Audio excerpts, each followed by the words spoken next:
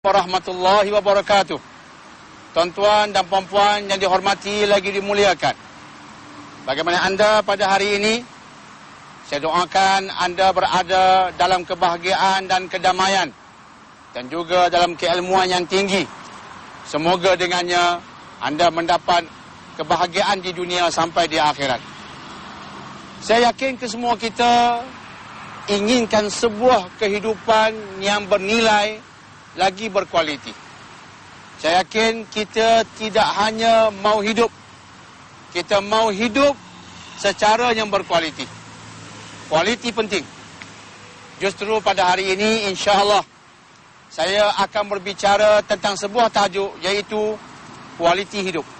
Semoga tajuk ini mendatangkan kebaikan pada kita semua untuk mengharungi kehidupan ini secara yang berkualiti, insya-Allah.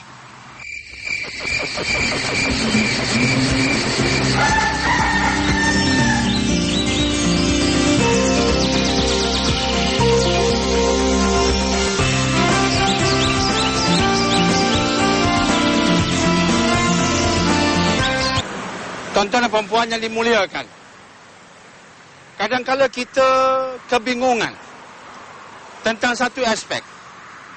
Sama ada kita nak utamakan kuantiti ataupun kualiti. Mana satu yang lebih utama bagi kita? Bila kita bercakap tentang kualiti, kita bercakap tentang nilai, kita bercakap tentang kehalusan, gerak kerja dan seumpamanya. Dan apabila kita bercakap tentang kuantiti, kita hanya menekankan tentang aspek luaran, banyak, lebih dan sebagainya. Maka mana satukah yang lebih penting? Saya kira saya nak mengambil jawapannya daripada wahyu. Saya nak mengambil jawapannya daripada Al-Quranul Karim. Dalam surah Al-Mulk, Allah Subhanahu wa taala berfirman, Allazi khalaqal mauta wal hayah liyabluwakum ayyukum ahsanu amala. Dialah Allah yang mencipta kehidupan ini agar dia mengujimu, siapakah antara kamu yang lebih ahsan amalannya. Ini ayat yang indah, tuan-tuan dan puan-puan yang dihormati lagi dimuliakan. Allah letakkan kita dalam kehidupan di alam maya pada ini untuk menguji kita. Jangan lupa, tuan-tuan dan puan-puan, kita ini sedang diuji.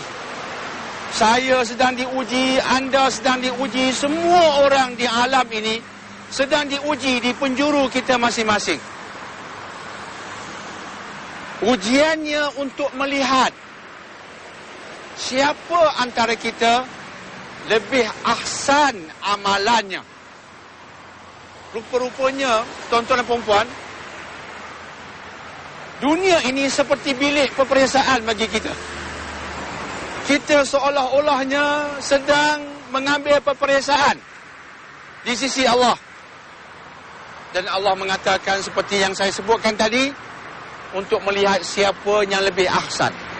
Apakah maksud ahsan di sini? Imam Ibn Katsir rahimahullahu ta'ala dalam kitab Tafsirul Quranil Azim mengatakan bahawa amal yang ahsan ialah amal yang lebih baik, lebih berkualiti, bukan yang lebih banyak. Sekaligus menjawab pertanyaan saya di awal program tadi. Mana satu nak kita utamakan? Kuantitikah atau kualitikah? Maka berdasarkan ayat tadi, jawapannya ialah kualiti perlu kita utamakan. Walaupun sebenarnya tidaklah kita buang sama sekali kepentingan kuantiti ataupun jumlah. Jumlah tetap penting, kuantiti tetap penting, banyak ramai tetap penting dalam keadaan-keadaan tertentu. Tetapi yang lebih penting ialah kualiti. Bayangkan kita sebutkan sebagai contohnya pertubuhan kita. Ada ramai ahli. Kita berbangga dengan ahli kita yang ramai. Tetapi sayangnya ahli-ahli itu korup. Ahli-ahli itu penipu. Ahli-ahli itu tidak aktif dan proaktif. Mereka membebankan pertubuhan. Cara kerja mereka menjatuhkan imej pertubuhan. Bendahari melarikan wang, setiap usaha sentiasa melaporkan aktiviti secara yang tidak lengkap, menjatuhkan nama pertubuhan.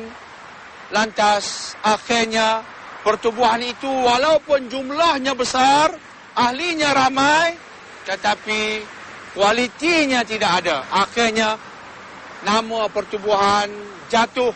Ia dipandang sebagai sebuah pertubuhan yang tidak ada daya saingnya.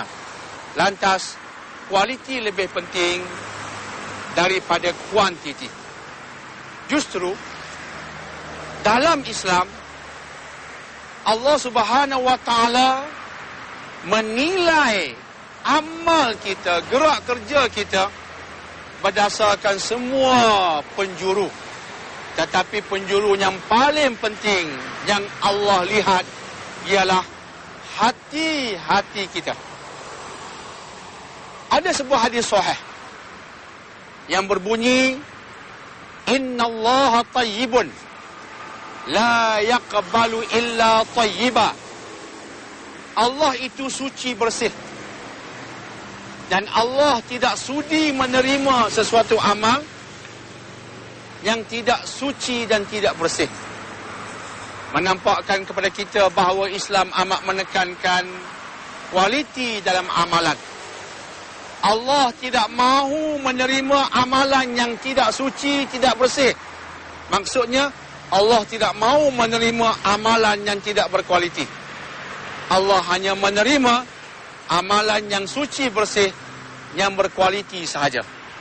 Justru, berikanlah keutamaan kepada kualiti ini. Jangan hanya berbangga tentang aspek kuantiti. Sebab kuantiti semata-mata tidak menjamin kejayaan dan kegemilangan kita. Tapi kualiti, insya-Allah, menjamin kejayaan dan kegemilangan kita. Insya-Allah. Jangan ke mana-mana. Bila kita berbicara tentang isu ini, tajuk ini, antara perkara yang paling mendasar yang perlu kita jelaskan ialah tentang tukang auditnya. Siapakah tukang audit kualiti dalam Islam? Auditor kita, pakar audit kita ialah Allah Subhanahu wa taala. Apabila tukang audit, pakar audit kita ialah Allah Subhanahu wa taala, ia bermaksud kita perlu menjaga kualiti di semua penjuru. Dan ISO yang Islam utarakan ialah ISO Ihsan. Apa itu ihsan? Nabi SAW menjelaskan tentangnya. Al-ihsan an ta'budallaha ka'annaka tarah fa in lam takun tarah fa innahu yarak. Kamu beribadah kepada Allah seolah-olah kamu nampak Tuhan. Seolah-olah, ka'annaka. Mustahil kita nampak Tuhan. Tetapi seolah-olah. Sebagaimana sesetengah orang, maaf cakap, berjalan di tanah perkuburan. Dia tak pernah melihat hantu. Tapi dia sudah getar. Jantungnya berdegup kuat. Sebab dia rasa seolah-olah hantu hampir dengannya. Itu contoh saja, ya. Contoh saja. Kiasan saja. Maka dengan Allah pun lebih kurang begitulah kiasannya. Kita tidak mampu melihat Allah, tapi seolah-olahnya kita melihat Allah. Ataupun paling kurang, kata Nabi, kita merasai bahawa Allah melihat kita. Itu pasti. Allah sentiasa melihat, mengawasi kita. Itu sebuah kepastian. Maka ISO Ihsan inilah yang akan menjamin kualiti aktiviti kerja dan juga amal soleh kita. Sebab kita merasai Allah sentiasa melihat daku. Kita beribadah seorang diri. Orang tidak melihat kita. Kita tetap menjaga rukun-rukun solat. Kita tetap ikhlas. Kita tetap khusyuk. Mengapa? Disebabkan Allah melihat aku bersolat sekarang. Walaupun tidak ada manusia melihat aku bersolat sekarang. Itulah ISO yang kita namakan sebagai ISO Ihsan. Dia berkaitan dengan pakar audit kita yang mahu kualiti ihsan itu diterapkan pada seluruh kehidupan kita. Apabila pakar audit itu Allah, maka kita tidak boleh lari daripadanya di mana saja kita berada. Dia tidaklah seperti di dunia ini. Pakar audit pun seperti kita juga ada kelemahan.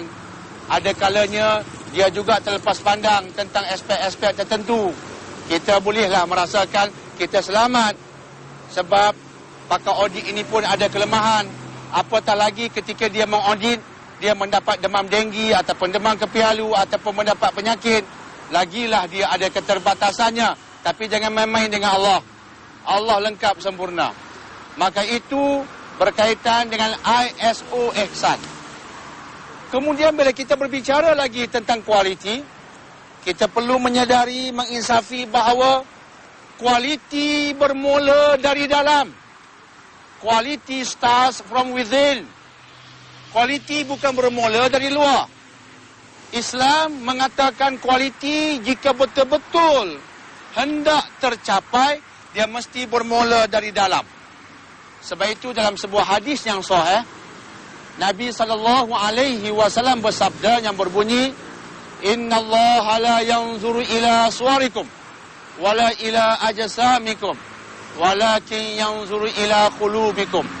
Allah tidak melihat kepada rupa paras kamu dan susuk tubuhmu, tetapi Allah melihat kepada hati-hatimu. Ini melahirkan konsep kualiti yang kedua yang saya sebutkan tadi, bahawa quality starts from within. Bahawa kualiti mesti bermula dari dalam. Bila kita jujur, kita ikhlas, bila hati kita sentiasa mengutamakan Allah, maka kita ketepikan kepentingan-kepentingan yang sementara yang lain. Bila kita buat kerja bukan untuk mendapat puji-pujian semata-mata. Bila kita buat kerja bukan semata-mata untuk mendapat keuntungan material semata-mata. Bila buat kerja bukan semata-mata mengharapkan bonus semata-mata. Bila buat kerja bukan sekadar mengharapkan bahawa orang memberikan sesuatu kepada kita semata-mata. Sebab ukuran kita ialah Allah. Yang penting ganjaran daripada Allah. Yang manusia nak berikan itu kemudian, itu kurang penting. Yang lebih penting Allah. Maka bila hati kita ikhlas seperti itu, maka kita akan buat kerja sebaik mungkin walaupun orang tidak memuji kita. Walaupun kadang-kadang tidak mendapat bonus. Walaupun kadang-kadang orang tidak menghiraukan apa yang kita buat walaupun baik. Sepatah terima kasih pun mungkin bos tak ucapkan kepada kita. Tapi tak apa. Aku melaksanakannya kerana Allah. Ini yang kita maksudkan bahawa kualiti akan tercapai jika dia bermula dari dalam. Dalam banyak hal kita tidak boleh mencapai kualiti disebabkan ia tidak bermula daripada keikhlasan. Ia tidak bermula dari dalam. Kita hanya menilai dari penjuru luaran semata-mata. Sebab itu kita tak mampu mencapai kualiti yang sebenarnya. Itu aspek yang kedua. Aspek yang ketiga, barulah kita bercakap tentang aspek luaran. Ya, kita tak menafikan aspek fizikal juga penting. Kualiti fizikal juga penting, kita tak menafikan. Tapi kita bermula dari dalam. InsyaAllah, selepas ini saya akan bicarakan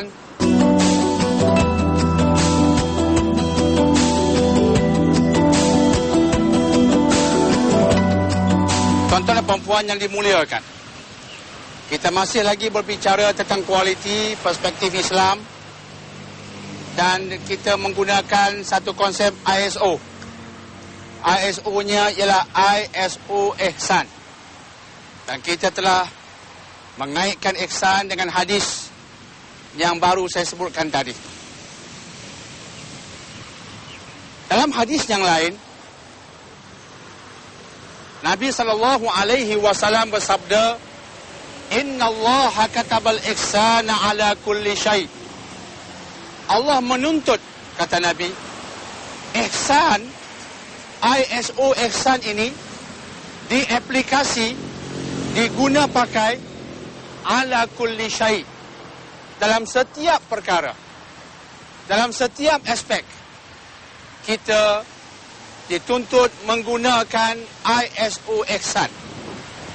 Sama ada bila kita kaitkan dengan kebersihan alam sekitar, kita kaitkan dengan kebersihan di rumah, di kedai, di pejabat, kita kaitkan dengan amal ibadah, kita kaitkan dengan sungai-sungai, tasik dan lautan. Dalam kesemua aspek, dalam kesemua perkara, dituntut kita mengamalkan ihsan ataupun kita melaksanakan ISO ihsan, berpandukan hadis yang saya sebutkan tadi. Kemudian Nabi SAW menegaskan sebagai sambungan hadis tadi, wa idza zabahtum fa ahsinuz zibhah falyuhidda ahadukum syafratahu falyurih zabihatah. Saya sekadar menyebutkan sebahagian daripada hadis itu saja. Yang lain-lainnya lebih kurang sama seperti itu. Apa maksud sabda yang saya sebutkan tadi? Maksudnya, bila kamu menyembelih sebagai contoh, elokkan sembelihanmu.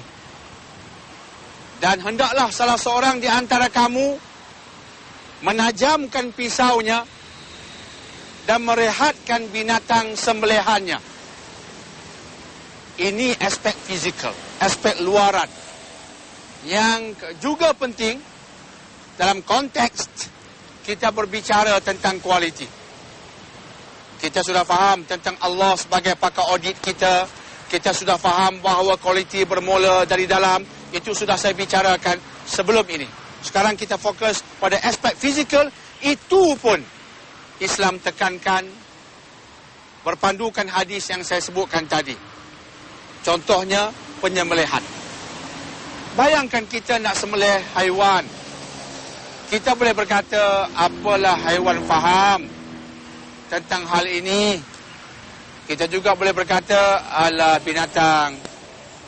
Kita buat naya kat dia pun bukan dia tahu. Dia bukan boleh saman kita ke mahkamah. Dia binatang, dia haiwan. Tetapi Allah tahu. Bila kita menzalimi haiwan, Allah tahu kita akan dihukum. Maka Nabi berkata, bila kamu menyembelih, elokkan sembelihanmu. Walaupun dia haiwan, tapi jaga kualiti kerjamu. Walaupun terhadap haiwan. Kemudian baginda perincikan tentang gerak kerja. Artinya prosedur kita, metodologi kita penting untuk mencapai kualiti. Kualiti hasil. Prosedur mencapai hasil. Metodologi membawa pada hasil. Jika prosedur tak betul, jika metodologi tak betul, hasilnya tak betul. Semudah itu. Maka hadis tadi mengajar kita tentang hal ini. Nabi berkata prosedurmu kena jaga. Prosedurmu juga kena mementingkan kualiti. Metodologi yang kamu gunakan mesti berkualiti. Baru hasilnya berkualiti. Maka dikiaskan dengan sebuah penyembelihan. Nabi kata, hendaklah kamu tajamkan pisaumu. Bila kita menajamkan pisau untuk menyembelih, sudah pastinya haiwan tak terasa kesakitan sebab pisau terlampau tajam. Kemudian Nabi berkata lagi, ketika menyembelih, rehatkan haiwan ataupun binatang penyembelihanmu. Jangan dizalimi dia. Dipukul kepalanya, diketuk kepalanya bagi dia pengsan, ataupun mendapat pening-pening lalat, jangan. Rehatkan dia. Sembelih dengan elok. InsyaAllah darah keluar dengan elok. Dia tak terasa sakit sangat. Ataupun dia tak terasa sakit. Walaupun nampak dia mengelupur, kadang-kadang ayam mengelupur. Tapi mengelupur bukan sebab sakit. Disebabkan darah keluar dengan elok. Darah keluar ke semuanya, menyebabkan otaknya kekurangan oksigen. Dia mengelupur disebabkan kurang oksigen. Kurang oksigen di otak menyebabkan dia tak terasa sakit. Tapi ototnya berlaku kekejangan. Sebab tu dia mengelupur. Tapi tidak sakit. Maka semua ini terhasil disebabkan prosedurnya berkualiti. Tajamkan pisaumu dan rehatkan haiwanmu. Ini kita kiaskan dalam semua gerak kerja kita. Lantas andai katalah semua ini dapat kita lakukan, insya-Allah kerja kita akan berkualiti. Saya telah berbicara tentang 3 unsur penting berkaitan dengan kualiti. Yang saya rasa jika diambil kira, insya-Allah kerja kita akan menjadi elok. Pertama sekali, kita kena mengenali pakar audit kita.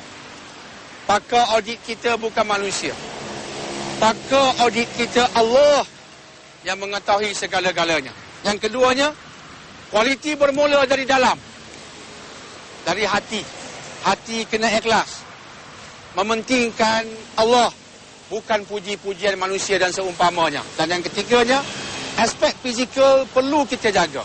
Dan untuk itu, prosedur kena betul, metodologi kena betul, barulah kualiti akan tercapai, insya-Allah. Sama-sama kita berdoa kepada Allah agar amalan kita, kerjaya kita, hidup kita berkualiti. Semoga kita tidak hanya hidup dan bernafas, tapi semoga hidup kita elok berkualiti dan nafas ini kita hirupkan dengan memasukkan udara yang berkualiti, dan begitulah kiasannya dalam aspek-aspek yang lain. Terima kasih atas perhatian anda. Wabillahi taufiq wal hidayah. Wassalamualaikum warahmatullahi wabarakatuh.